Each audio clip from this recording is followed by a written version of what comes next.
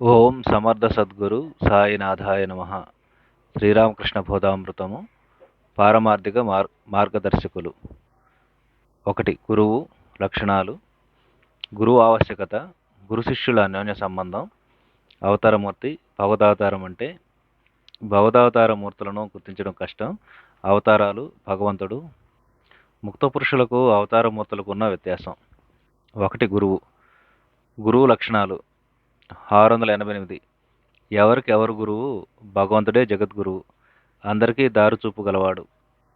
689. తన గురువును ఎవడు మానవమాత్రుడుగా గణిస్తాడో అలాంటి వ్యక్తి ఎన్ని జపతపాలు ఆచరించినా ప్రార్థనలు చేసినా అన్నీ నిష్ఫలమే. గురువుని మనం మనుషుడి మాత్రంగా ఎన్నకూడదు. శిష్యుడు భగవత్ సాక్షాత్కారం కలగడానికి పూర్వం బ్రహ్మానుభవంలో మొట్టమొదట గురు సాక్షాత్కారం పొందుతాడు. తర్వాత విచిత్రంగా తానే భగవంతుని రూపాన్ని పొంది శిష్యుడికి భగవత్ సాక్షాత్కారాన్ని ప్రసాదిస్తాడు. అప్పుడు గురువు దైవము ఒకటే అని శిష్యుడు గ్రహిస్తాడు. శిష్యుడు కోరే వరాలన్నీ భగవంతుడి రూపంలో గురువే ఉసుకుతాడు. ఇవి ఎందుకు? సర్వాన్ని, జీవ బ్రహ్మైక్య పదాన్ని, నిర్వాణాన్ని సైతం గురువే అతడికి చేకూరుస్తాడు. లేదా భగవంతుడు సేవ్యుడని, తాను సేవకుడని భగవంతుడి పట్ల సేవక భావాన్ని నిలుపుకోగోరే వ్యక్తి ద్వైత స్పృహను కలిగి ఉండొచ్చు. శిష్యుడు ఏమి కోరినా గురువు అతడికి ప్రసాదించగలడు. 690.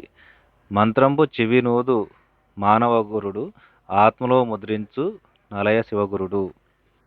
691. గురువు మధ్యవర్తి, సంధానకర్త. ప్రియుణ్ణి ప్రియురాలని వనరులతో కూర్చున్నట్లు గురువు నరుడికి నారాయణ సమాగం కలిగిస్తాడు. 692. గురువు గంగాభవాని లాంటివాడు.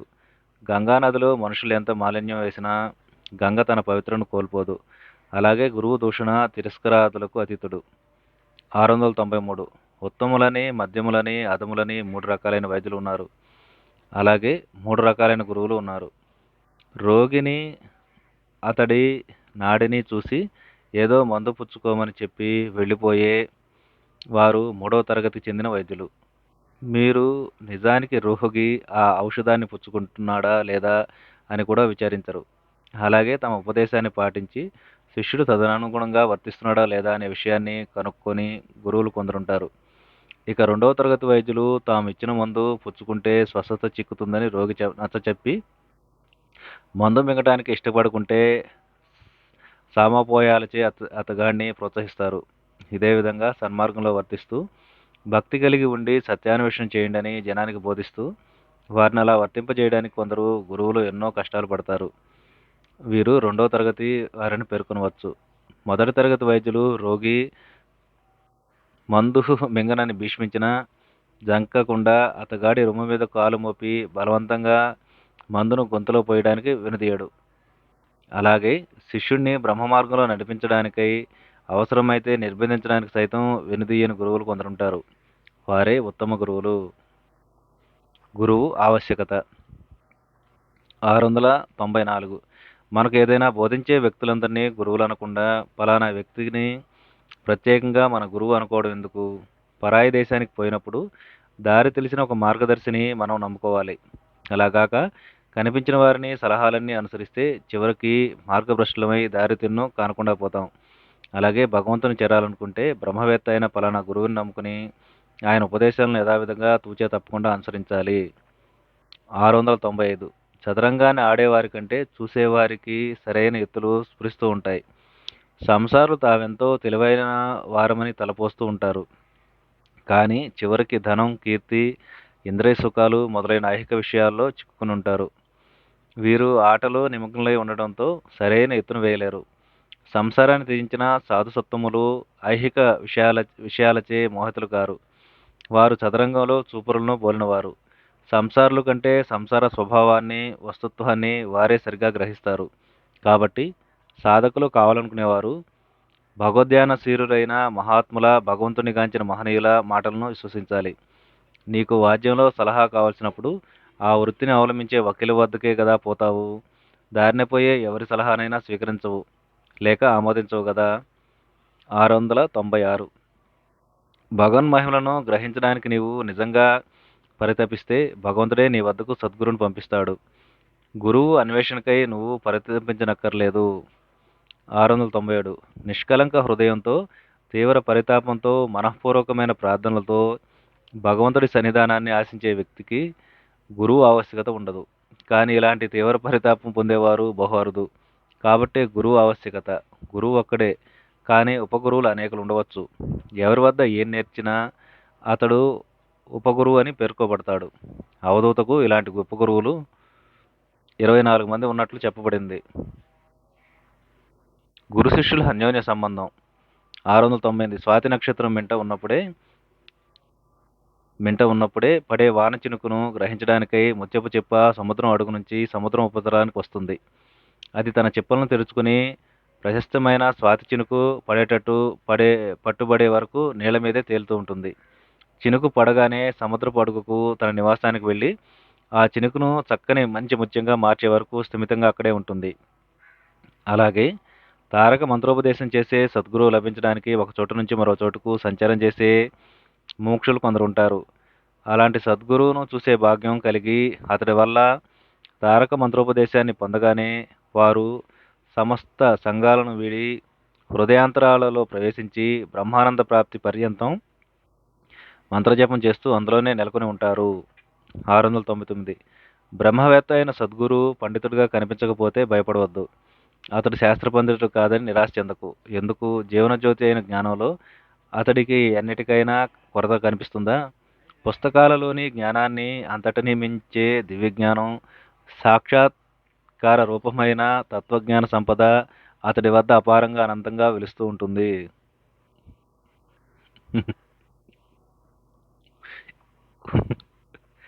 700 తన గురువు నడవడికను గురించి ఒకడు వ్యాఖ్యానిస్తూ ఉంటే గురుదేవులు ఇలా అన్నారు: ఓయి, నిరర్ధక చర్చతో ఎందుకు కాలయాపన చేస్తావు? ముత్యాన్ని గైకుని చిప్పలను అవతల పడే. గురువులో మానవ సహజాలైన లోపాలను ఎంచబోకు. అతడు నీకు ఉపదేశించిన మంత్రాన్ని జపించు. 701 గురునింద గురునిందాలాపాలను వినబోకు. నీ తల్లిదండ్రుల కంటే గురువు అధికుడు. నీ ముందే నీ తల్లిదండ్రులను ఎవడైనా నిందిస్తే ఊరుకుంటావా? అవసరమైతే దెబ్బలాడి అయినా నీ గురువు గౌరవ మర్యాదలను కాపాడు. 702 శిష్యుడు గురువును ఎన్నడూ అధిక్షేపించరాదు. గురువు నడవడికను ఖండించరాదు. అతడి ఆజ్ఞను జవదాటక గురువు పట్ల అత్యంత విధేయుడై నడుచుకోవాలి.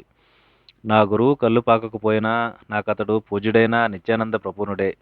నా గురువు తాగుబోతుల సాంగత్యంలో ఉండని, పాపాత్ముల కూటంలో కలవని, నాకతడు పావన గురుమూర్తియే అనే సౌమ్యం ఉండనే ఉంది కదా. 703 నిజమైన భక్తుడికి అతి సామాన్య వస్తువులు కూడా భగవంతుని తలుపుకు తెస్తాయి. భగవంతుడిలో తన్మయతను కలిగిస్తాయి. ఈ మట్టేనా మధ్యలో చేయడానికి ఉపయోగపడేది అనే భావం తలుపుకు రాగానే చైతన్యుడు ఎలా సమాధానజ్ఞులయ్యారో మీరు వినలేదా? చైతన్యులు ఒకప్పుడు ఒక గ్రామం మీదుగా పోతూ ఆ గ్రామస్తుల మధ్యలో చేసి జీవనం సాగిస్తున్నారని విన్నారు. తక్షణమే అతడు ఈ మట్టినైనా మధ్యలకు చేయడానికి ఉపయోగపడేది అంటూ బాహ్యస్మృతి కోల్పోయారు. ఎందుకంటే ఆ మట్టితో మధ్యలు చేయబడతాయని, అవి సంకీర్తనలో ఉపయోగపడతాయని, ఆ సంకీర్తనం దివ్యసుందరమూర్తి మన ప్రాణేశ్వరుడైన భగవానుడు నామగుణ కీర్తనమని అతడు సంభావించారు. అలా అనేక భావలతల ఒక్కమ్ముడిగా మనసులో తడుక్కుమనగా అతని మనసు వెంటనే భగవానుడిలో నగ్నమైంది. ఇదే విధంగా గురువు పట్ల గాఢమైన భక్తి గలవాడు అతడి బంధువులను చూసి మాత్రమే గురువును స్మరిస్తాడు. అంతేకాదు, గురువు యొక్క గ్రామస్తులను చూడగానే అతడి మనసు గురువు మీద లగ్నమవుతుంది. వారికి అతడు పదే పదే ప్రణామాలర్పించి పాదధూళిని శిరస్సు దాలుస్తాడు. భోజనం పెట్టి వారిని సంతుష్టపరుస్తాడు. ఇలాంటి దశలో శిష్యుడికి గురువులో ఎలాంటి లోపాలు కనిపించవు. అప్పుడే అతడు నా గురువు కళ్ళుపాకకు పోతే పోని, నాకు అతడు నిత్యానంద స్వరూపుడే అనగలుగుతాడు. కాకుంటే మానవుడైన వాడిలో ఎప్పుడూ సుగుణ దుర్గుణాలను కలిసే ఉంటాయి కదా. కానీ పచ్చకామర్ల రోగికి ప్రపంచమంతా పచ్చగానే కనిపించే విధంగా శిష్యుడు తన భక్తితో గురువును మానవుడుగా కాక సాక్షాత్తు నారాయణుడిగా చూస్తాడు. సమస్తం భగవత్స్వరూపంగానే గురుభక్తి కలవాడికి వ్యక్తమవుతుంది. భగవంతుడే గురువై ఉన్నాడు, తల్లిగా ఉన్నాడు, తండ్రిగా ఉన్నాడు, మానవుడై ఉన్నాడు, మృగమై ఉన్నాడు. వెయ్యెందుకు చేతనాచేత సృష్టి జాతమంతా భగవంతుడే. 2 అవతారమూర్తి భవదాతారం అంటే 704 అవతారాన్ని భగవంతుడు మానవ రూపంలో ఉన్న దూతగా పేర్కొనవచ్చు. అతడు రాజప్రతినిధి వంటివాడు. దూరంలో ఏ రాష్ట్రంలోనైనా అల్లర్లు చెలరేగితే వాటిని అణచడానికి రాజు తన ప్రతినిధిని పంపుతాడు. అలాగే ప్రపంచంలో ఏ ప్రాంతంలోనైనా ధర్మహాని సంభవిస్తే ధర్మరక్షణార్థం భగవంతుడు తన అవతారాన్ని పంపుతాడు. 705 సీతారాములు, రాధాకృష్ణులు మొదలైన వాళ్ళెవరూ చారిత్రక వ్యక్తులు కారని, కేవలం నీతిబోధల కోసం కవులచే కల్పితమైన వారిని భావించవద్దు.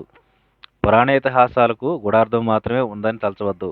నిజానికి రామకృష్ణాదులు మీ మాదిరి రక్తమాంసం శరీరులే. అయినా వారు భగవతావతార మూర్తులు కాబట్టి వారి జీవిత చరిత్రలకు నైతికంగానూ చారిత్రకంగానూ కూడా అర్థం చెప్పవచ్చు. సముద్రానికి అలలలాంటివో భగవంతుడి అవతారమూర్తులు అలాంటి వారు. 706 అవతారం అనేది అన్ని చోట్ల ఒకటే, భేదం లేదు. ఒకే భగవానుడు జీవిత సాగరంలో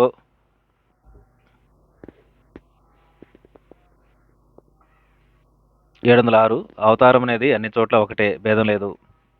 ఒకే భగవానుడు జీవసాగరంలో మునిగి ఒకచోట తేలి కృష్ణుడు అనబడుతున్నాడు, మరలా మరొక చోట చేరి క్రీస్తు అనబడుతున్నాడు.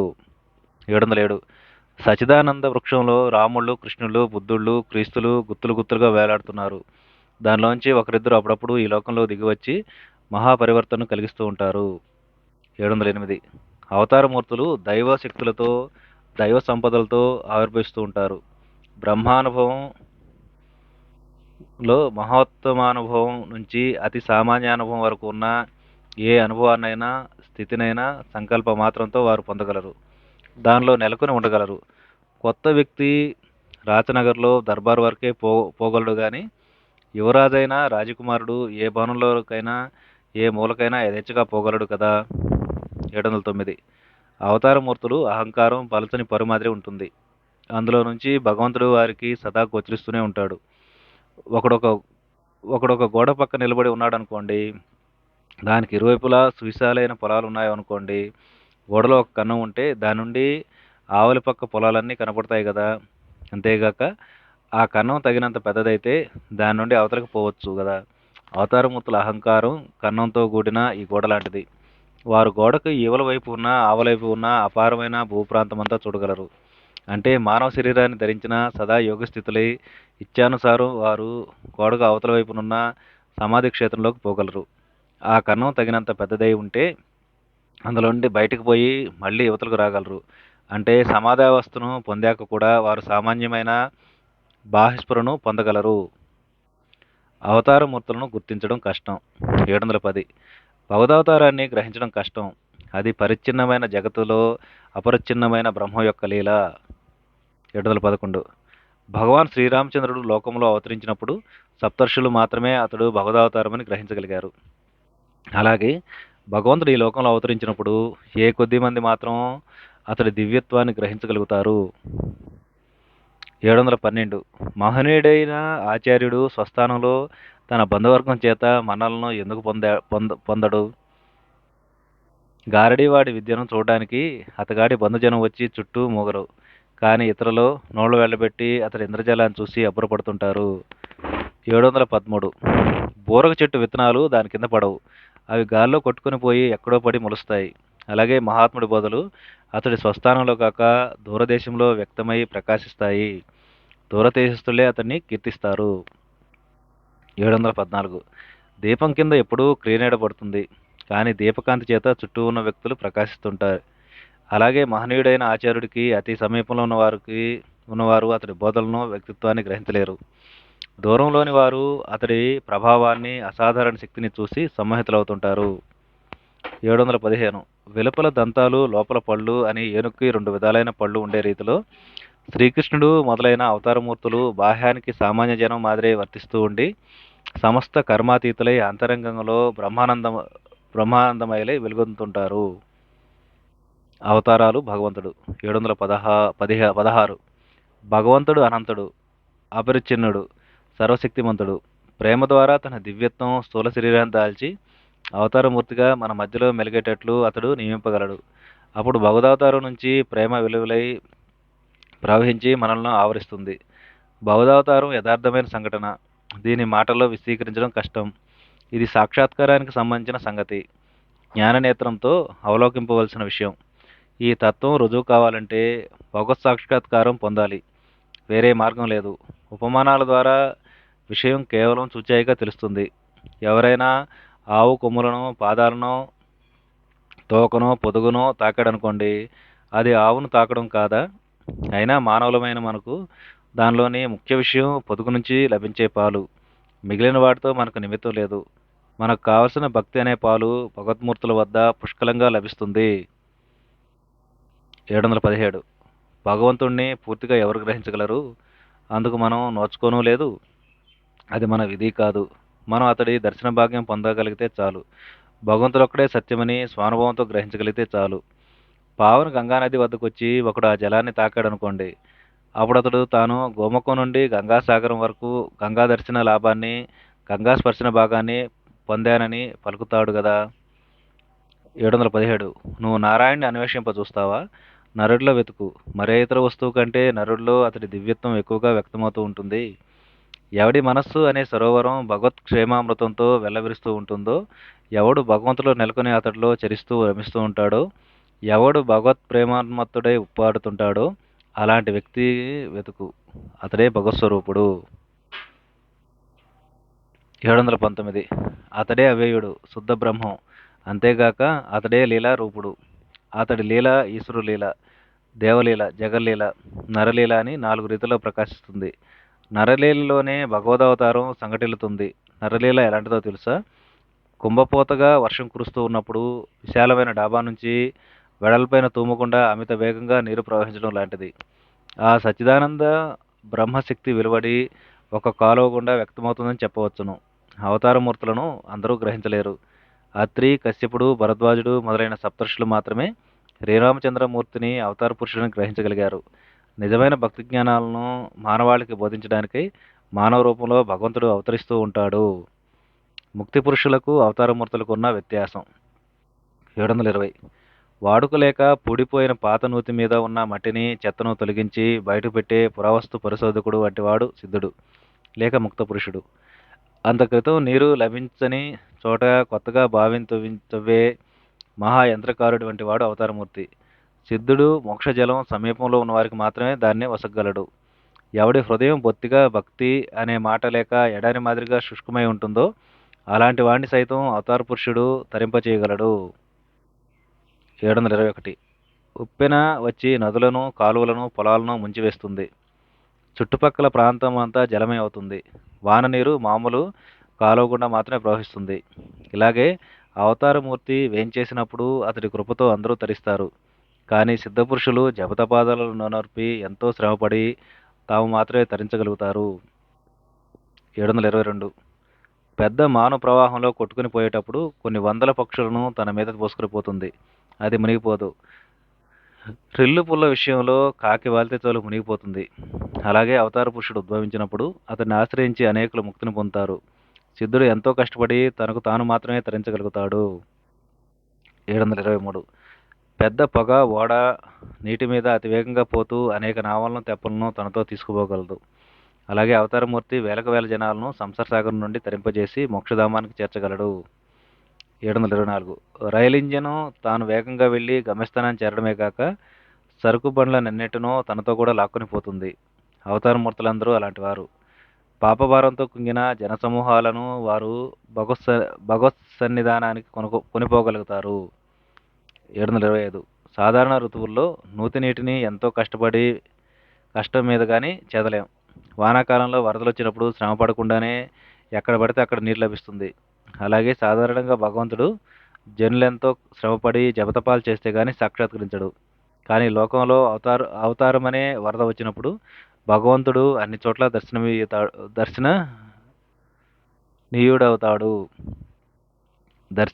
దర్శనీయుడవుతాడు.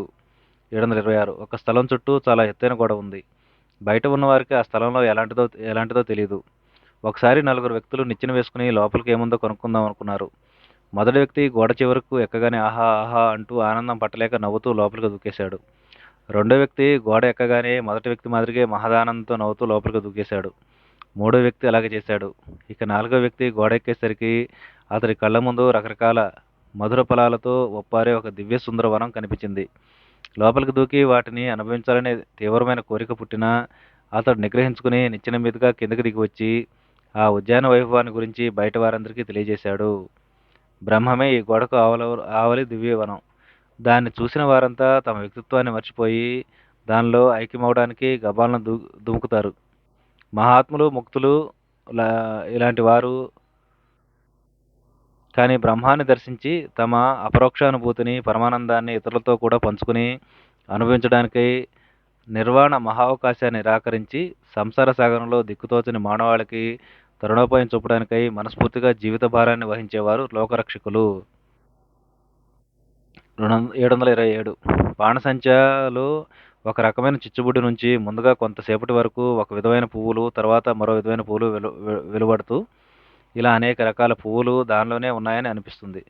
అవతారమూర్తుల విషయం కూడా అలాంటిదే. బాణసంచాలో మరో విధమైన చిచ్చుబుడ్డి కొంతసేపు కాంతులు విరజిమ్మి అకస్మాత్తుగా ఆరిపోతుంది. ఇలాగే సామాన్య సామాన్య జీవులు దీర్ఘకాలం సాధన చేసి సమాస్థితిని పొంది తిరిగి రారు.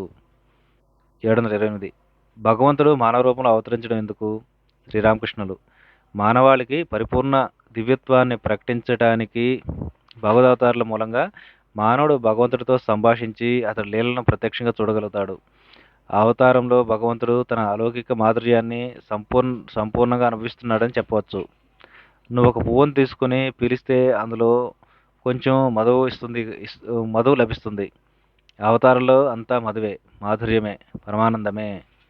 729 అవతారమూర్తులకు అసాధ్యం ఏదీ లేదు.